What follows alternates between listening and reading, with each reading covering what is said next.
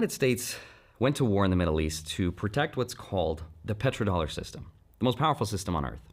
And there's a theory that says the US may have accidentally or intentionally started the process of destroying it. We are facing a real shock that is probably beyond what we can imagine at the moment. And what we're seeing is what some people are calling the end of Pax Americana. History in the future will look back at the year 2026 and mark it as the beginning of the end of Pax Americana. Right now, there is 6 countries in the middle of this chess match over basically the thing that runs the entire world, which is energy. And depending on how the next few weeks play out, we could be looking at a couple different outcomes. And before I explain what they are, I just want to set the stage for what's happening. Because the reason all of this is pretty bad is because it's happening at the worst possible time. For example, there's a $9.4 trillion shadow banking system called private credit. Companies like Blackstone, Apollo, Blue Owl, all of which lent money to businesses and pension funds and everyday retirement accounts.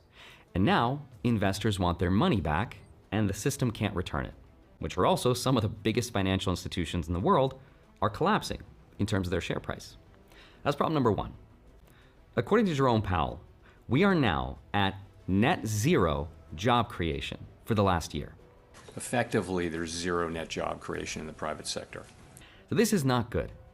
Companies are basically using AI as an excuse to lay off thousands and thousands of workers, or just not hire anyone at all. Problem number 3, the national debt.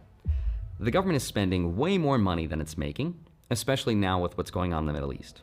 What's clear is that our debt is growing much faster. The federal government debt is growing substantially faster than our economy. It will not end well if we don't do something fairly soon. Problem number 5 is the war in Iran, which might be the match that sort of sets off the economy, if it doesn't end soon.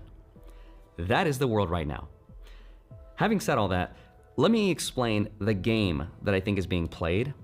So player number 1 is the United States. What does it want? It wants to preserve what people call the global hegemon status, right? In other words, it wants to stay on top and to keep oil priced in dollars all around the world. It wants to keep the world borrowing in those dollars and putting those profits into US treasuries, aka the bond market. It wants to keep the same military and financial dominance it's basically had since 1945. Player number 2 is China, and it wants the opposite, right? It wants to dethrone the